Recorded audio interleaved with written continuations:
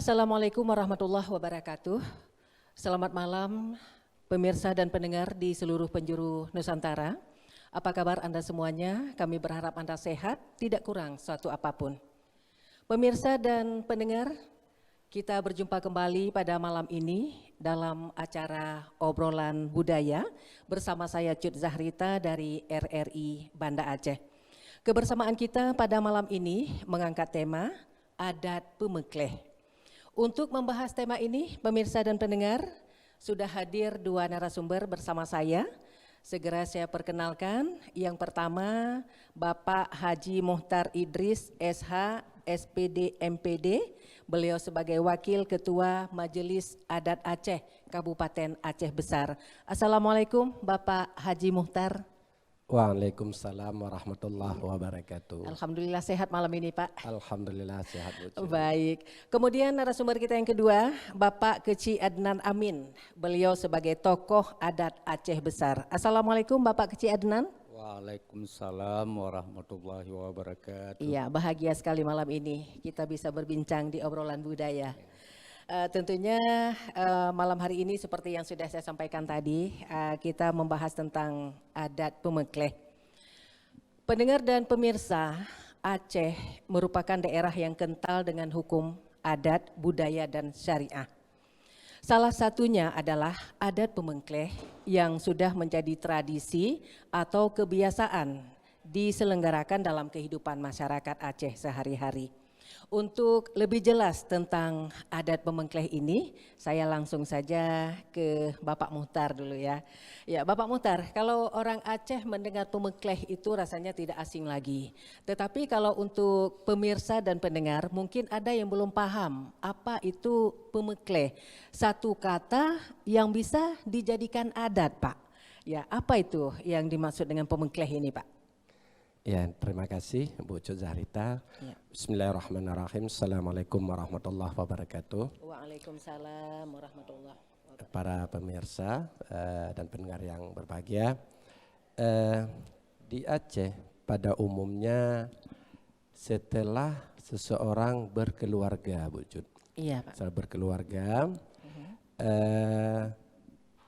biasanya keluarga baru itu tinggal di rumah istrinya, tinggal di rumah istri. Kemudian semua keperluan hidup itu ditanggung atau dibiayai oleh pihak keluarga daripada istrinya, atau di sini adalah mertua. Itu bocor sampai 1 tahun biasanya, lebih kurang 1 tahun, atau sampai dia punya anak yang pertama. Kemudian tentunya setelah punya anak, nanti ada biasa kita mengadakan ada kenduri, sampai setelah kenduri turun tanah. Kemudian di Aceh itu melaksanakan suatu upacara adat yang disebut Pemekleh. Kenapa disebut Pemekleh? Yang tadinya keluarga baru dia tinggal bersama orang tuanya, kemudian dalam waktu 1 tahun atau sudah punya anak itu keluarga induk, keluarga inti atau orang tuanya ingin anak ini hidup lebih mandiri pada keluarganya. Dia ada keluarga baru, inilah yang disebut dengan Pemekleh. Artinya dia berpisah dengan keluarga induk, keluarga orang tuanya, dengan dia untuk membentuk keluarga baru yang dalam hal ini berarti mereka juga pindah kakaknya nanti. Maka dalam hal itu dibuat suatu upacara Pemekleh. Bu Cut Zahrita, kebiasaan kita di Aceh sebelum diadakan upacara Pemekleh ini, itu anak yang baru keluarga baru atau yang baru kawin itu biasanya masih dilarang untuk hidup atau tinggal di rumah sendiri. Sehingga banyak ungkapan di daerah kita ini katanya sebelum yogoh gebang membelikan, dak je rambat be daba. Artinya itu maksudnya apa Pak? Maksudnya ini diadakan secara adat dulu. Pemekleh itu secara adat dulu, pisahkan pemekleh adat. Baru nanti anak ini, keluarga baru ini baru boleh tinggal dengan keluarga sendiri. Itu kira-kira. Ya. Tadi 1 tahun Pak ya? Iya, dari durasi Batasnya waktu 1 tahun. 1 tahun lebih kurang. Iya. Artinya kalau kita lihat misalnya seseorang tuh sampai punya anak, berarti lebih sedikit. Iya. Jadi kira-kira ukurannya 1 tahun atau sudah Lebih. punya anak pertama. Iya. Kalau misalnya belum punya anak, sampai sudah 3 tahun atau 4 tahun, itu juga dipemekleh Pak? Iya, umumnya setelah dia melaksanakan pesta pernikahan tadi 1 tahun itu dilakukan pemekleh, Ya. supaya dia mandiri, Ya. bisa hidup dengan keluarga barunya, dengan suami, ya kan? Dan dia punya perencanaan, mungkin dia akan membangun rumah atau lain sebagainya. Nah, dia ya, sudah menjadi keluarga baru, gitu. Baik, berarti bukan satu patokan bahwa harus punya anak, tidak. Tidak. Iya. Ya. Bisa jadi orang berpuluh tahun nggak ada anak ya, belum dikaruniai anak, berarti tidak dipemekleh, susah juga Pak ya. Itu bocor kan nanti tidak mandiri-mandiri. Tidak mandiri-mandiri Sementara kita kan terus bergantung ke orang tua. iya, itu tujuan di sini untuk mandiri. Iya, Jadi iya. kenapa durasinya sampai 1 tahun baru punya anak? Seseorang yang yang baru melaksanakan pernikahan tadi atau pesta perkawinan, kan dari sisi keuangan mungkin, kesiapan dan lain sebagainya kan masih belum matang, Iya. ya kan? Sehingga oleh orang tuanya ini termasuk pada tahap pembinaan. Iya. Nanti dalam 1 tahun itu sudah diajarkan cara memasaknya pada anak yang perempuan, juga yang laki, kan? Yang laki itu nanti kebutuhan keluarga bagaimana, kan dia lihat dulu dari kehidupan orang tuanya. Kemudian dianggap 1 tahun itu waktu yang sudah cukup ya. Iya, untuk walaupun dibina. ada kekurangan di sana sini itu biasa, bisa itu terus dengan bisa pembinaan- tertutupi sambil pembinaan. sambil jalan nanti Pak ya. Betul, betul. Baik, saya ke Bapak Adnan. Ya, tadi sudah disampaikan bahwa ada batas Pak untuk pemekleh ini. Di mana Pak biasanya diadakan acara pemekleh ini kepada anak perempuan? Terima kasih Bu Rita, Iya. Jurita Zahra. Memang adat pemekleh Aceh ini, Iya. khususnya Aceh Besar, karena orang zaman dulu untuk mengadakan adat pemekleh ini sangat sistematis. Iya. Kemudian seperti Pak Haji Muhtar bilang tadi, anak pemekleh ini adalah biarpun sudah melaksanakan pemeklehnya, sistemnya ada yang pribadi, Iya. ada juga yang panggil Pak Kecik, Tengku Kampung untuk mensaksikan perangkat desa, ya Bu Rita, Bu Sun, untuk disaksikan. Kenapa disaksikan oleh perangkat desa beserta Pak Kecik dan staf? Itu adalah selaku saksi.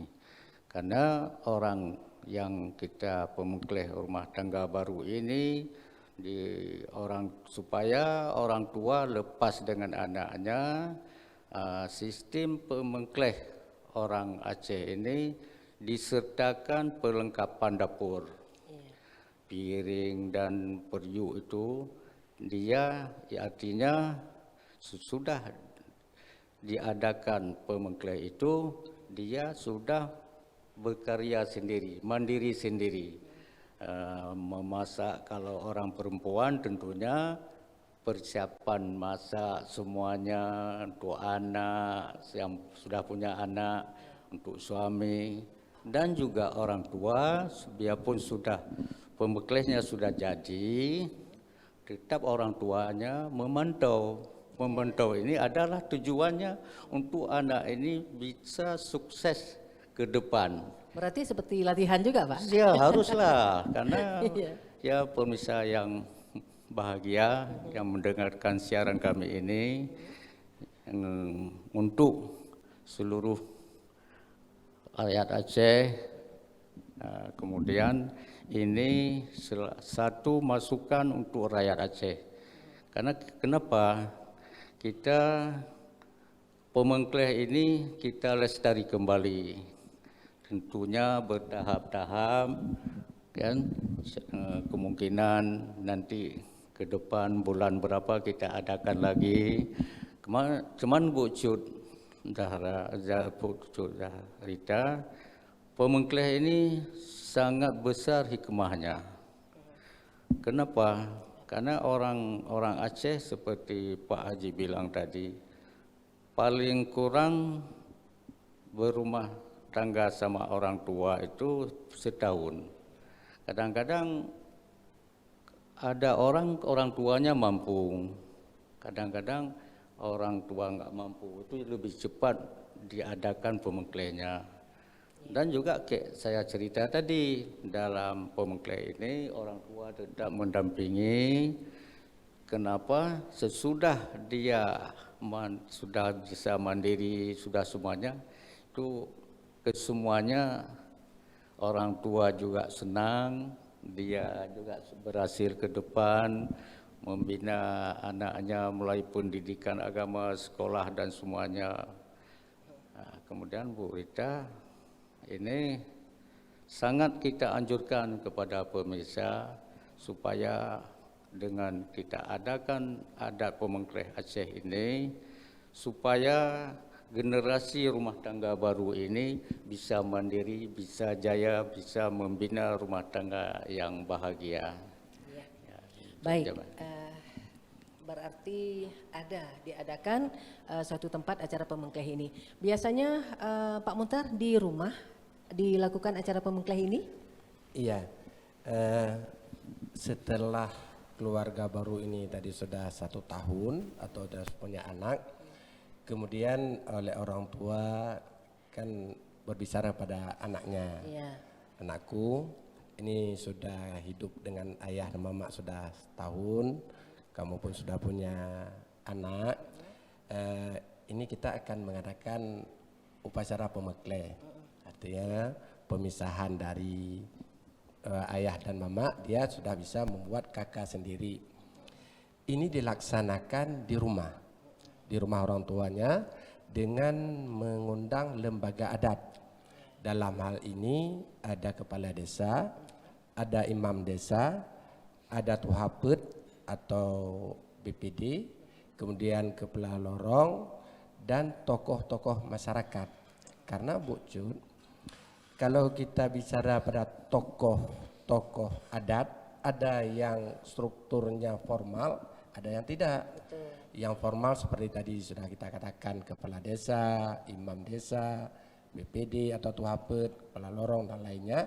Juga ada tokoh-tokoh atau orang tua di desa itu yang tidak masuk ke dalam struktur, tapi sangat dihargai kewibawaannya dalam masyarakat, sangat didengar.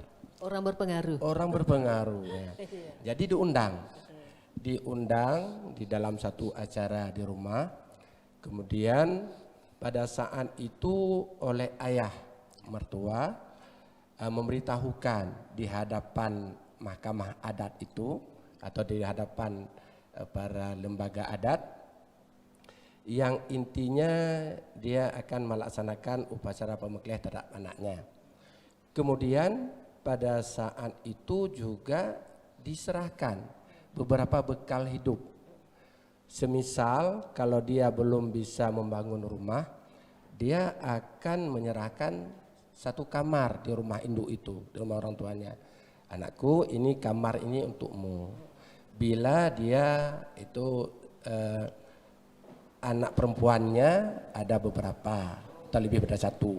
Tapi kalau anak perempuan tunggal, juga ada yang mengenakan Pemengkleh atau tidak mengenakan Pemengkleh, tapi itu di hadapan lembaga adat tadi tetap diberitahu bahwa ini rumah, apakah tadi 1 kamar ataupun 1 rumah, itu diserahkan kepada anaknya yang perempuan. Tentunya suaminya, anaknya dari anak itu atau cucu daripada orang tuanya, berarti kan ikut mamanya. Jadi ini saya serahkan rumah ini, 1 kamar misalnya, katakanlah seperti itu. Kemudian juga seperangkat alat-alat untuk memasak, untuk supaya dia bisa melakukan kehidupannya. Semisal seperti dikatakan Pak Kecik tadi, piring, itu piring memang tidak banyak-banyak minimal kalau dia sudah 3 orang kan 3 atau lebih sedikit. Ada belanga, panci, alat masak itu semuanya. Itu periuk-periuk semua Itu periuk-periuk semuanya. Kemudian Bu Cut, bagi keluarga yang punya katakanlah orang berada, dia juga menyerahkan atau kasih sepetak tanah. Sepetak tanah, apakah kebun atau sawah, supaya dia sebagai lahan untuk mencari nafkah. Ini ada tanah atau sawah 1 petak, saya serahkan. Juga kalau keluarga itu mampu, hewan ternak. Tapi biasanya hewan ternak itu yang dikasih yang betina. Supaya banyak keturunan. Begitu kira-kira, ataupun nanti bisa diusahakan.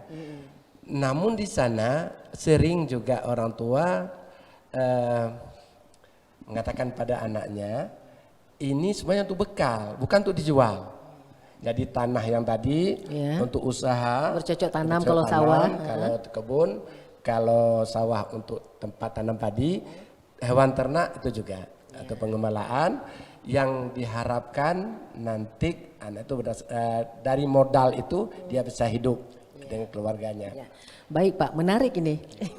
Karena tadi Bapak sampaikan bahwa kalau di acara pemekleh ini, si anak yang perempuan itu kalau orang tuanya berada, ada dikasih berupa harta. Iya, betul. Apakah harta yang dikasih itu cuman hanya segitu atau nanti waktu acara faraid semua, anak perempuan ini dapat lagi Pak? Itu bagaimana? Oh iya.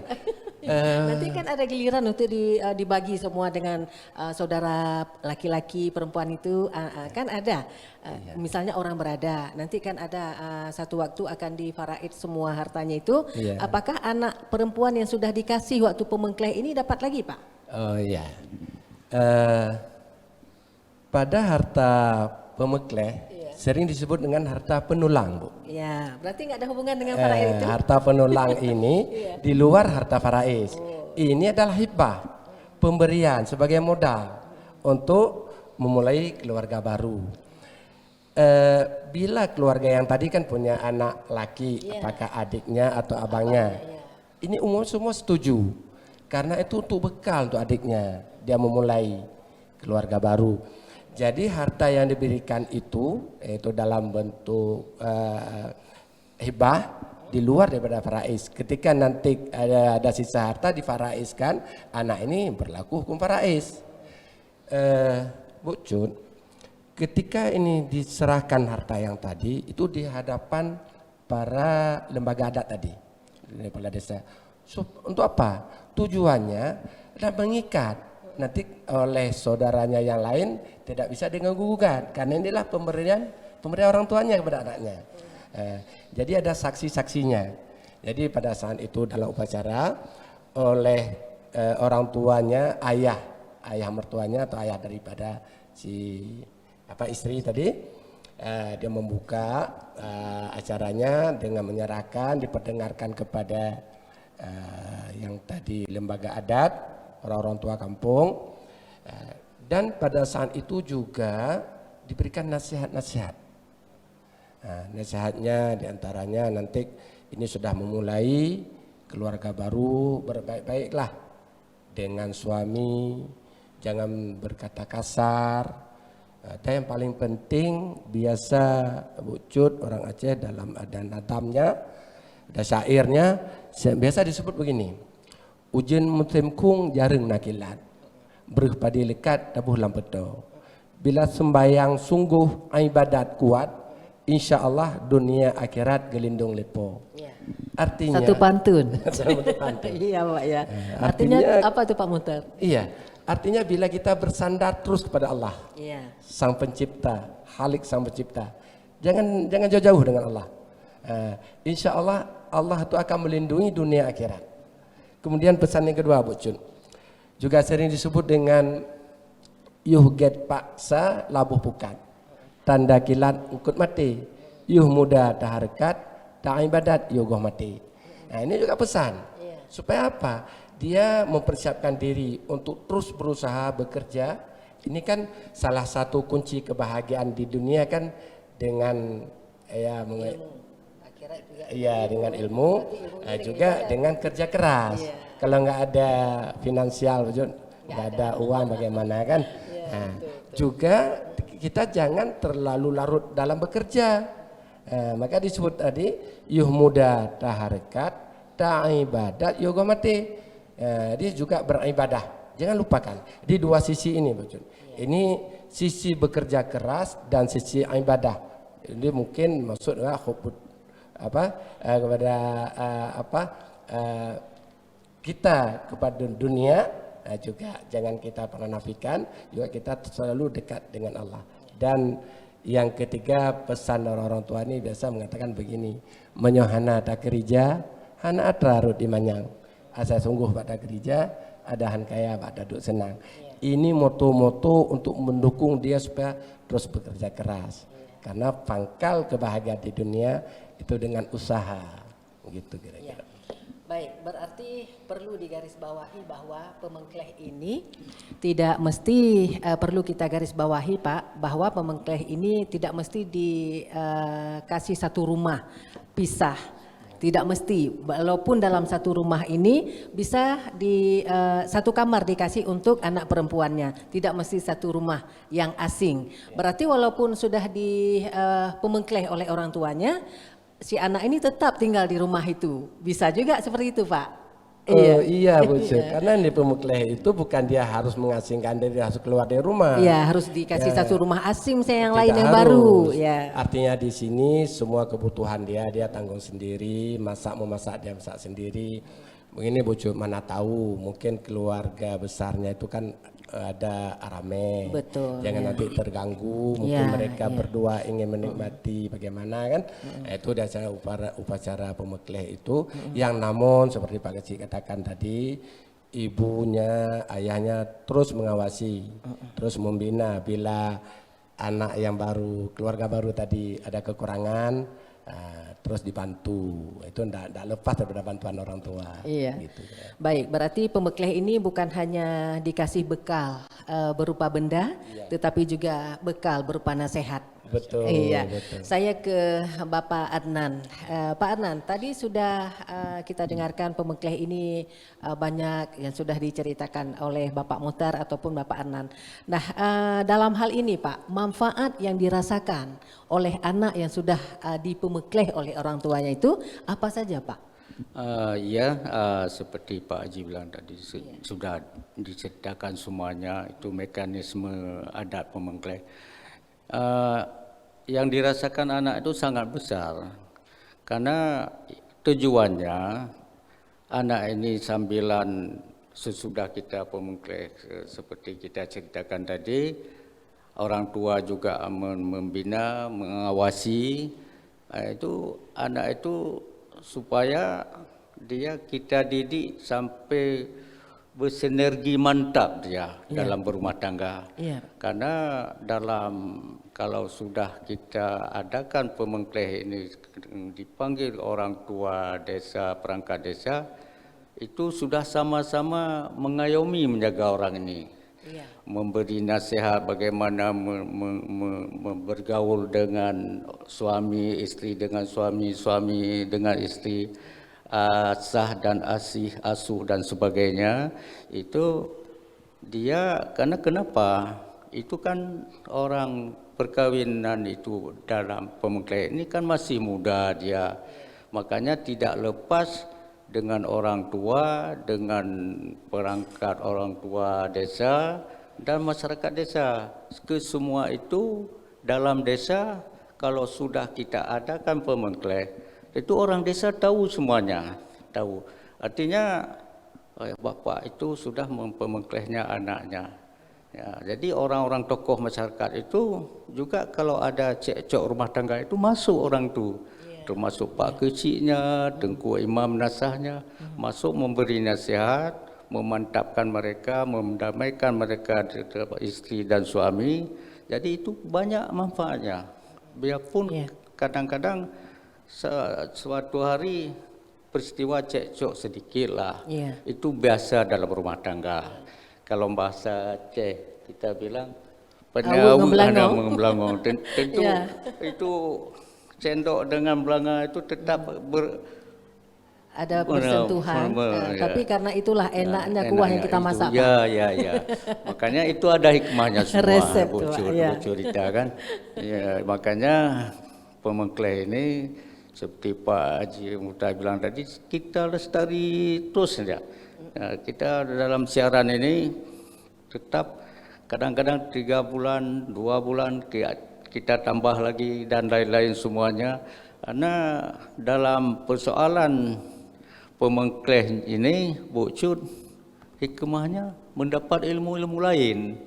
Karena ilmu mendidik anak, ilmu mendidik istri itu bagaimana cara memasak untuk keseleraan rumah tangga baik suami dan anak, itu sangat kita dukung. Kami orang tua desa, pemangku adat, kami juga tidak lepas dengan mereka itu. Kenapa? Orang pemangku adat ini itu terikat.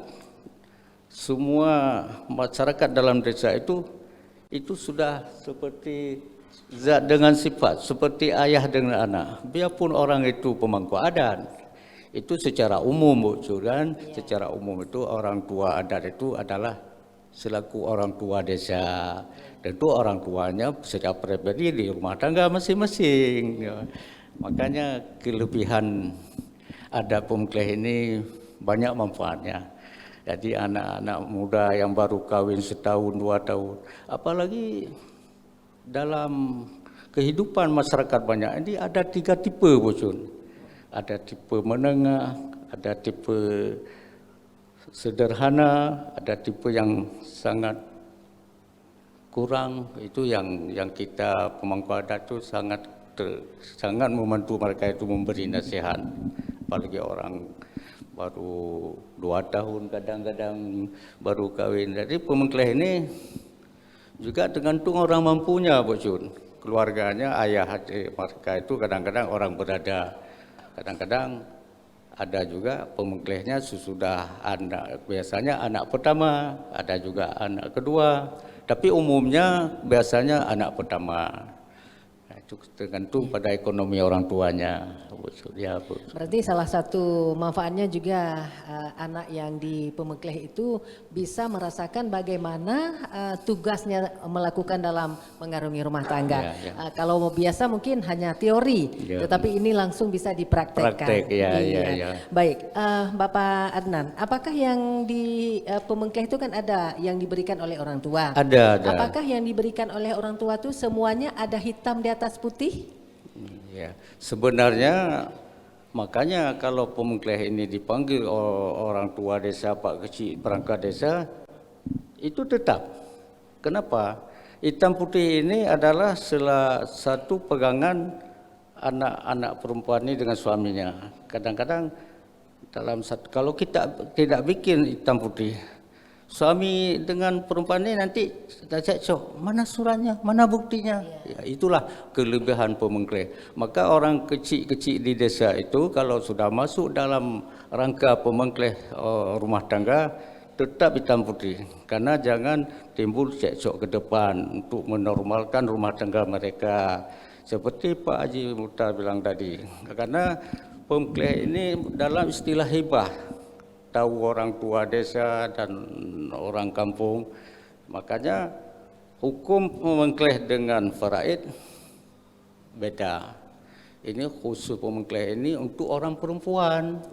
Kalau orang laki enggak ada. Karena orang enggak ada namanya Pemengkleh. Enggak ada Pemengkleh karena orang laki ini masuk dalam hukum faraid nanti. Kalau orang tuanya ada hartanya. Dia akan mendapatkan di faraid. Ya, dua-dua pendapat ini orang perempuan.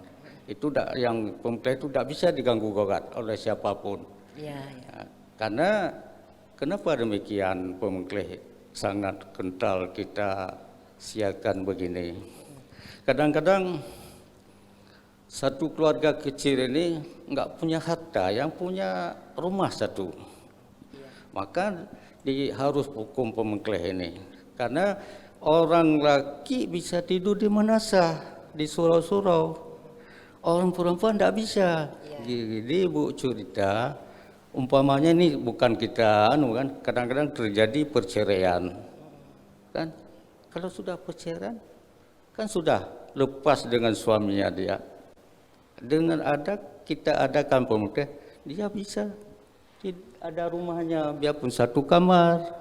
Makanya kelebihan pemengkleh ini sangat istimewa bagi orang perempuan adat Aceh Pemengkleh. Banyak hikmahnya. Gitu, Baik, ada yang ingin ditambahkan Pak Muhtar? Silakan. Iya,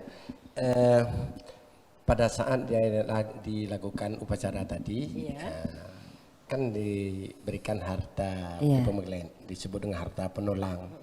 Persis seperti Pak Kecik katakan tadi, itu semuanya harus tersurat. Saya dapatkan beberapa dokumen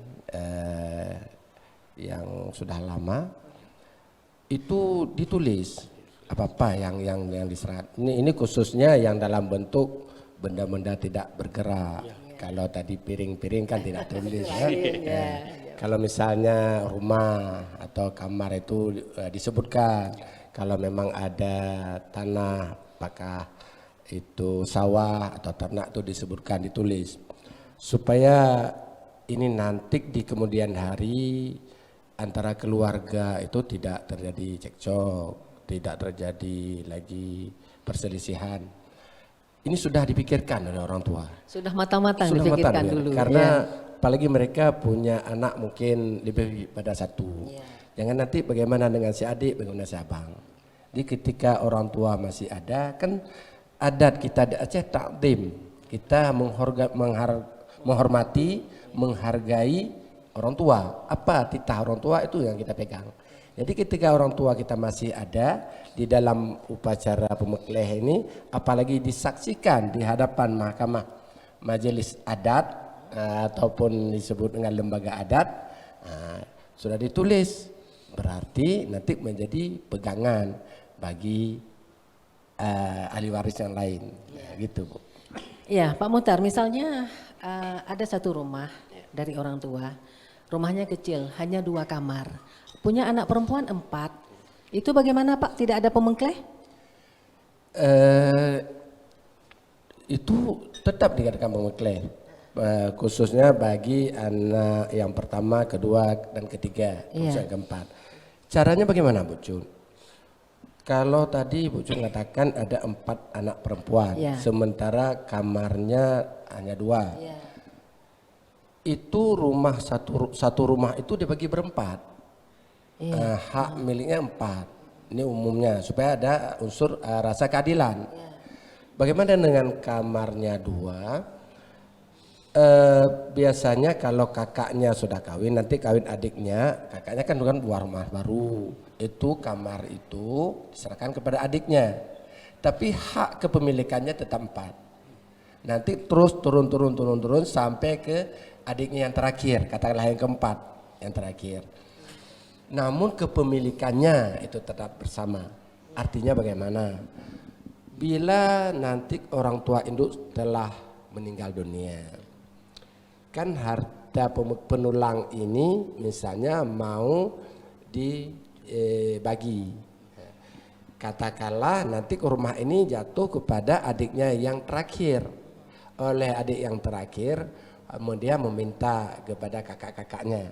Apakah itu dengan kompensasi sedikit uang atau memang unsur kerelaan? Kak, ini rumah kami yang tinggal, kakak sudah buat rumah baru, itu bagaimana Kak?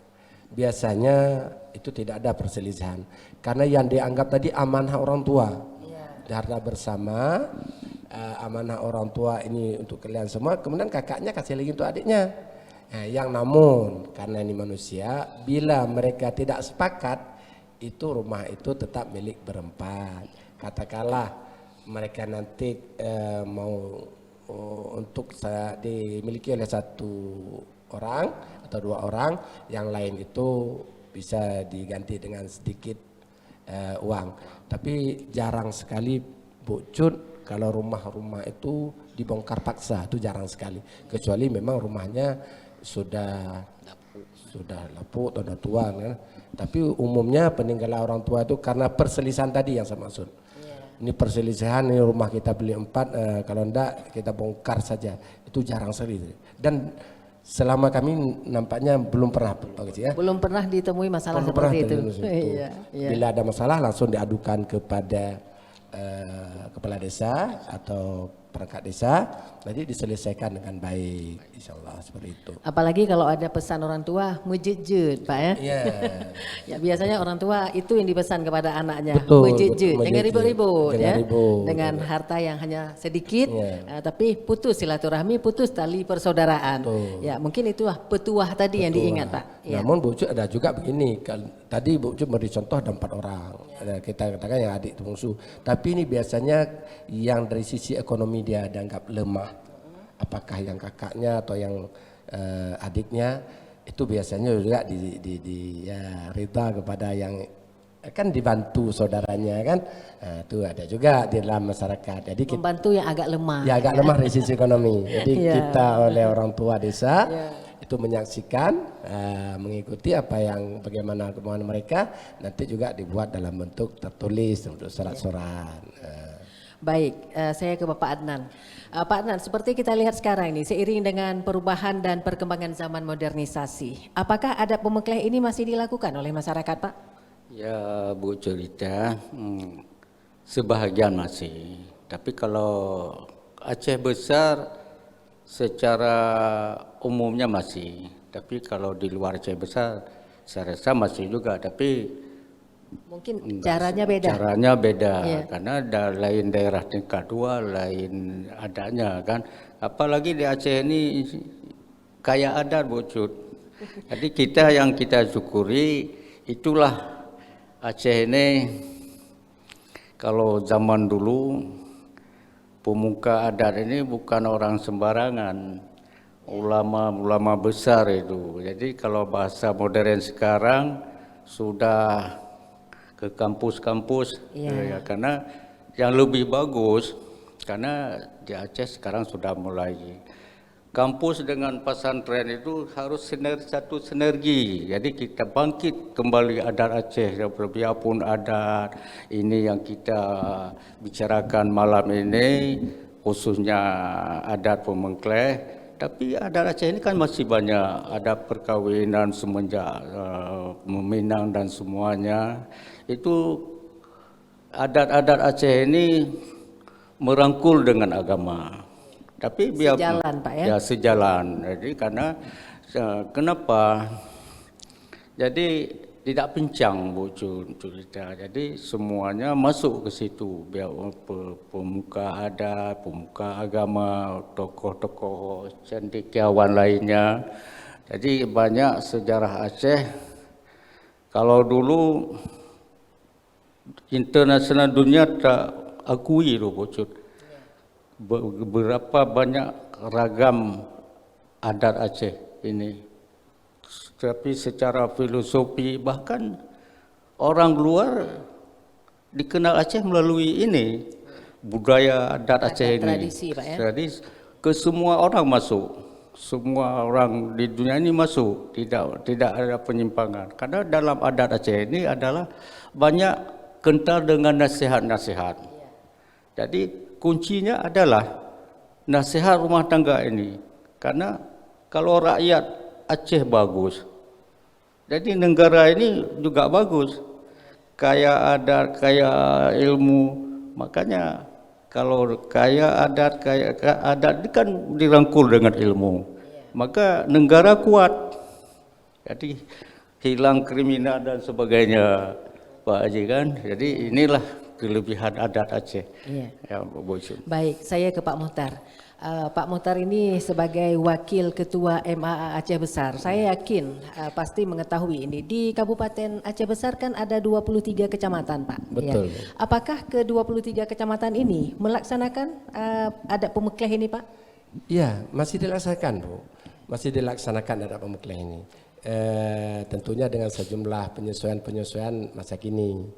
Misalnya kalau dulu mungkin dalam hal bantuan modal dalam bentuk benda-benda seperti itu, sekarang mungkin juga ada kan Yang lain, Pak, ya? yang lain masih dilaksanakan. Dan ini pun kita bisa lihat ketika ada lokakarya di tingkat kabupaten, itu perwakilan dari tokoh masyarakat, dari perwakilan MA kecamatan itu disampaikan bagaimana acara pemekleh di daerahnya masing-masing. Jadi sampai sekarang alhamdulillah masih dilaksanakan karena ini sangat menyangkut dengan keutuhan keluarga, Bu. Dengan ada seperti ini, ada acara pemekleh, jadi keluarga itu rukun, damai dan utuh sepanjang. Nah, begitu. Ya, tadi Bapak Adnan ada menyinggung bahwa tidak banyak, hanya beberapa daerah, tidak banyak, ada yang tidak lagi melakukan adat pemekleh ini, Pak. Ya, tidak semua, tapi hanya sebagian kecil tidak melakukan adat pemekleh ini. Jadi kalau memang ada yang tidak melakukan, memang ada kita jumpai ini, Pak. Tidak melakukan alat pemekleh ini. Jadi kalau ada yang tidak melakukan berarti dua kemungkinan pada orang tersebut. Apakah tidak memahami atau tidak mau melakukan. Jadi kalau kita ambil dari nilai tidak memahami berarti ada tugas MAA di sini. Ya kan? Untuk menjelaskan kembali bagaimana pentingnya kedudukan pemekleh ini. Jadi bagaimana cara melestarikannya, Pak, adat pemekleh ini supaya semua masyarakat tidak ada lagi yang menganggap bahwa itu enggak penting. Ya, silakan Bapak. Ya, begini Bu Jun. Ada sebagian orang menganggap begini. Tadi di dalam pada saat pemekleh kan ada harta penulang. Ya. Seolah-olah ini terjadi tumpang tindih dalam pembagian harta pada nanti di sana dapat lagi di faraisnya dapat lagi. Tapi ini bukan dari orang tua, dari misalnya adiknya yang paling kecil, kan dia tidak memahami. Inilah tugas kita. Ini tugas kita memberi pemahaman baik pada acara-acara yang formal ataupun informal, juga sosialisasi. Kan di desa-desa itu ada kegiatan-kegiatan misalnya dalam musyawarah, ada kegiatan sosialisasi adat, itu kita sampaikan karena manfaatnya besar sekali ini. Manfaatnya paling besar keutuhan keluarga. Nah, maka ketika ada misalnya sebagian yang memprotes, ini kan yang berpaham ini nampaknya kurang adil, kan seperti itu kan. Ketika kita beri pahaman, oh ya juga ya. Karena tadi dikatakan oleh Pak Keci. Tujuan salah satunya untuk perlindungan pada perempuan ini. Andai terjadi sesuatu ketika kita tidak beri bekal seperti tempat tinggal tadi. Itu kakaknya yang itu bagaimana? Mau tinggal di mana? Kalau yang laki ini mesti kuat. Orang laki itu kuat, Bu. Yang perempuan kan perlu dilindungi. Betul. Sana arahnya. Jadi untuk perlindungan perempuan, juga untuk keutuhan keluarga, maka hal ini terus dipertahankan. Ditambah lagi ada misalnya satu bagian harta yang sulit untuk kita bagi bersama. Misalnya ada peninggalan zaman dahulu seperti benda-benda kuno itu misalnya guci kalau istilahnya. Mundam lagi ya. Mundam itu kan. Itu kalau kita bagi dua udah nggak bisa lagi. Bisa pakai lagi. Ya, pecah nanti Pak. Pecah. Apakah itu solusi untuk keadilan? Kan bukan. Nah, berarti kalau dia ada dua bentuk benda yang berbeda, satu untuk sini, satu untuk yang satu. Nah, berarti inilah bentuk keadilan. Mungkin bisa dilihat dari harganya sama Pak ya? Boleh seperti itu. Nah, itu tujuannya. Di peran MAA hari ini kita terus melakukan upaya itu, malah ini dalam 2 hari ke depan kita akan melakukan lokakarya salah satu tentang metema itu. Nah, ini supaya di desa-desa itu terus dilestarikan. Karena syarat adat ini saya pikir Pak Bucut, yang pertama supaya adat itu terus bertahan harus kita laksanakan. Kalau kita diamkan habis. Lama-kelamaan hilang. Yang kedua kita lestarikan. Karena adat ini kan peninggalan orang terdahulu. Terus kita laksanakan, kita lestarikan. dan yang ketiga kita wariskan. Kita wariskan, kita warisi kepada generasi penerus supaya ini terus diperankan. Apalagi yang kita katakan tadi, adat ini sangat membantu untuk kerukunan satu keluarga itu. Sehingga dari dulu kalau kita keluarga besar walaupun mungkin sudah agak jauh sedikit tapi masih terasa dalam satu keluarga. Begitu. Hanya badan aja mungkin jauh Pak ya, tetapi hati tetap Hatinya dekat. tetap dekat. Iya, Betul. baik. Jadi Bapak tadi sudah menyampaikan bahwa di Kabupaten Aceh Besar, ya di 23 Kabupaten Aceh Besar masih melakukan adat pemekleh ini. Nah, MAA Aceh Besar sendiri itu dalam memberikan ilmu-ilmunya tentang seperti adat ini, itu bagaimana Pak metode yang diberikan oleh MAA kepada masyarakat? Iya, kami pernah mengundang tokoh-tokoh masyarakat yang mengerti tentang itu. Kami tidak menganggap dirinya yang paling sempurna dalam hal ini. Kami mengundang tokoh-tokoh dari desa, dari kecamatan, pakar perwakilan kecamatan, itu yang kami anggap sangat mengetahui tentang hal ini, tentang adat pemekleh ini. Kami undang. Ada dilakukan misalnya lokakarya, kita dengar pendapat mereka, kita dengar cerita mereka, kita dengar pengalaman mereka. Kemudian nanti kita rangkum dalam bentuk intisari, malah kita ada buat seperti buku seperti ini di dalam buku ini juga ada. Karena kalau sudah ditulis nanti semua orang bisa melihat seperti itu, bisa membacanya. Kemudian ketika MAA Aceh Besar turun ke kecamatan-kecamatan, atau turun ke desa-desa. Nah, ini terus kita sosialisasikan. Nah, kita berikan pemahaman-pemahaman. Sehingga semua masyarakat itu mendapat informasi tentang hal ini. Nah, begitu. Baik, saya tambah lagi nih Pak Muhtar. Tadi ada Bapak Muhtar sebutkan adat, semua adat, bukan hanya pemekleh Pak. Kita lestarikan, kita sampaikan kepada masyarakat, kemudian kita wariskan kepada generasi muda atau generasi milenial. Ini kalau bagi generasi milenial, cara penyampaiannya ini mungkin Pak sedikit harus kita ikuti dengan zaman sekarang. Kalau model dahulu mungkin tidak relevan atau susah untuk bisa diterima kan? Betul. Karena generasi milenial kan tidak mau model kuno Pak, harus model yang sekarang. Itu bagaimana diwariskan seperti tema kita hari ini Pak, adat pemekleh ini supaya generasi milenial ini menerima dan bisa memahami bahwa ini adalah peninggalan Indatu yang harus mereka lakukan nanti apabila tidak ada lagi orang-orang tua yang sekarang Pak. Iya, Bu Cud, penyampaian informasi itu kan banyak caranya. Iya betul. Kita ikuti perkembangan zaman. Betul, kalau milenial memang Pak. Iya, sekarang sudah banyak konten di media sosial itu yang di medsos bermain Pak. Iya. Itu ada juga kita lakukan. Kemudian mungkin kalau ada pelatihan-pelatihan kami undang. Juga pernah MAA ini kami minta turun ke sekolah. Pernah juga Bu. Jadi minta ketika jadi pembina upacara, walaupun waktu sangat singkat, itu kan kita beri juga informasi tentang adat. Memang sedikit, namun daripada tidak ada Bu. Daripada tidak ada sama sekali. Sama Pak, sekali kan? ya betul. Jadi kita tidak terlena dengan kata itu sedikit, itu kapan, itu kita tidak punya kompetensi, tidak itu. Seberapa yang ada, seberapa yang mampu, siapa yang punya kesempatan, punya waktu, itu terus kita bina. Karena seperti kita katakan tadi, adat ini kalau tidak kita warisi, itu tidak akan bertahan. Betul. Nah, itu dia. Jadi tentunya kita sesuaikan dengan perkembangan zamannya. Jadi adat itu tidak pernah statis.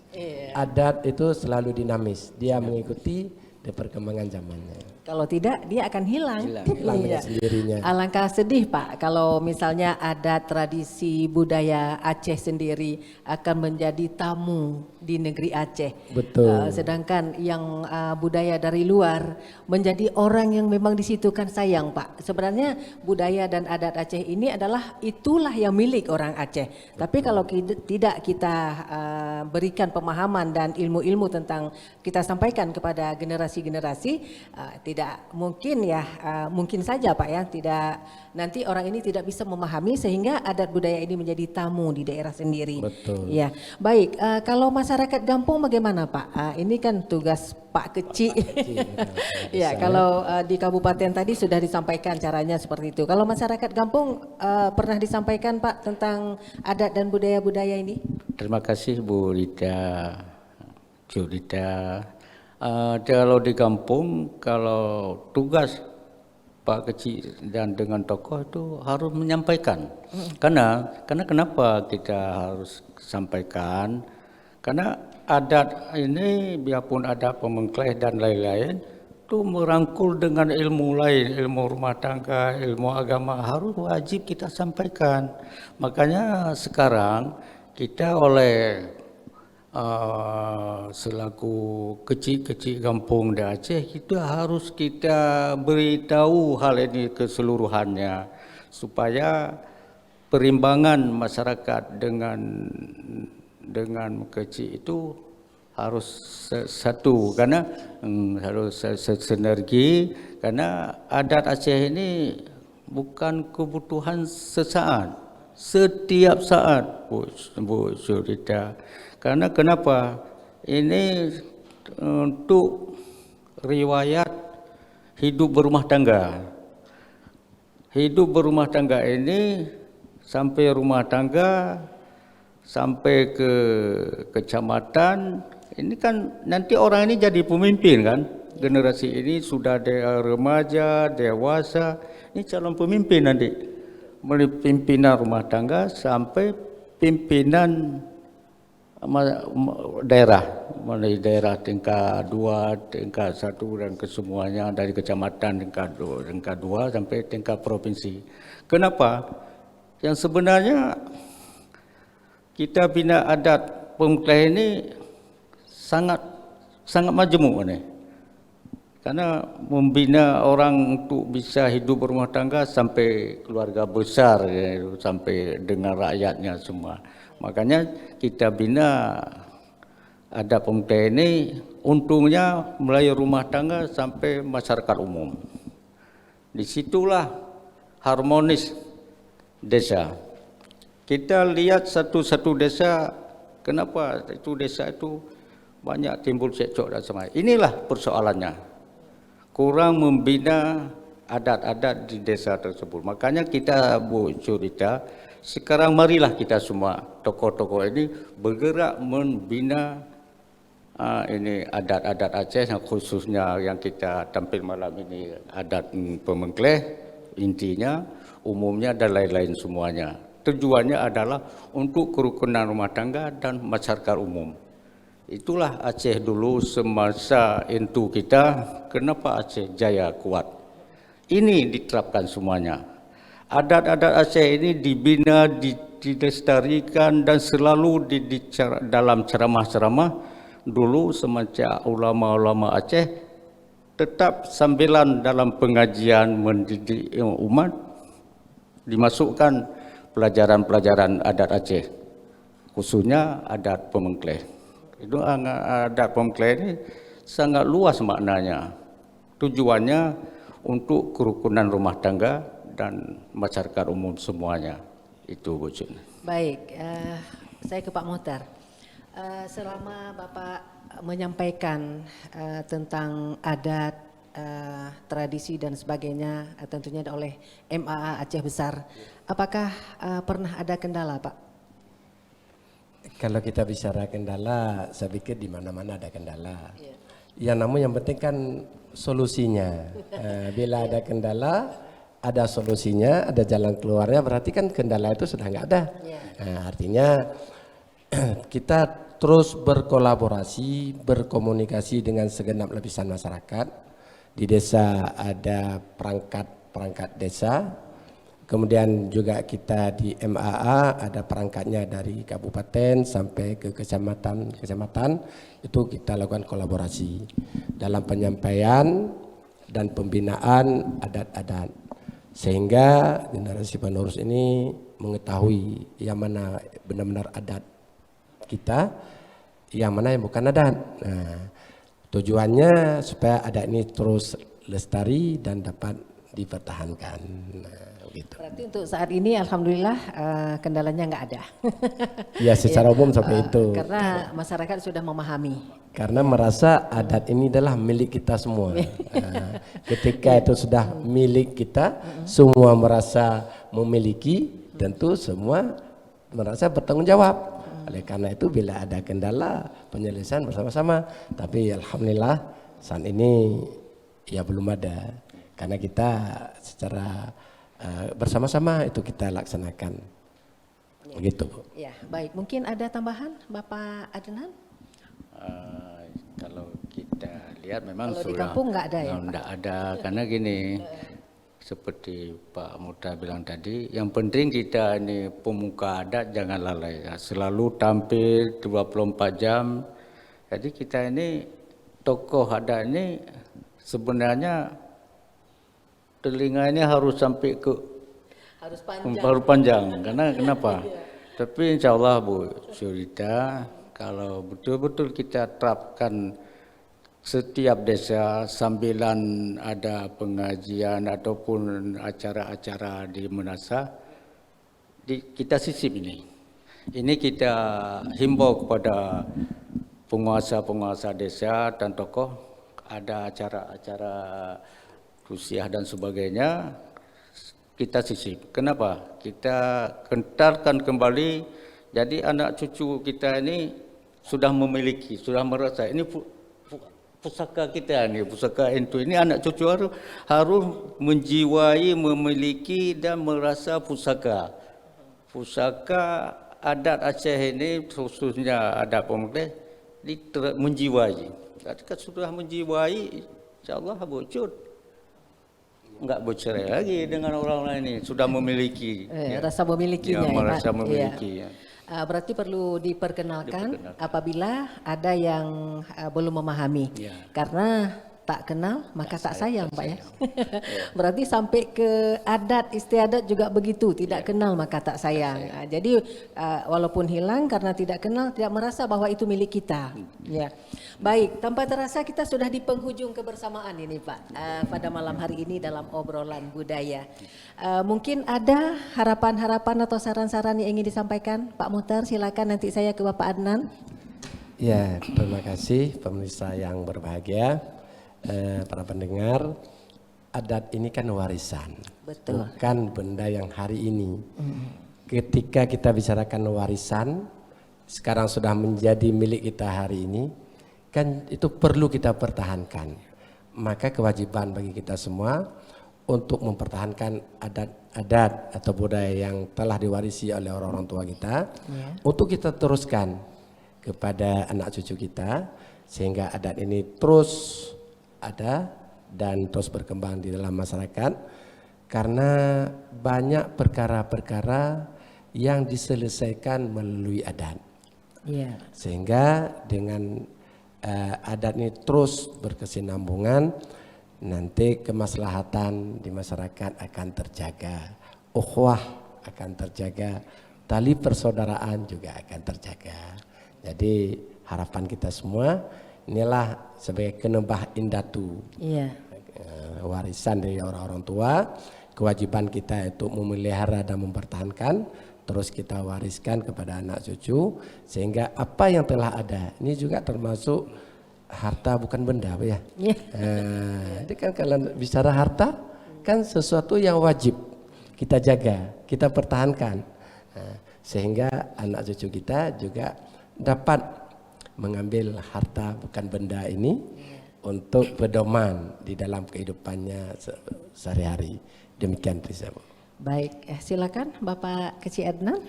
Ya, terima kasih Bu Jurida.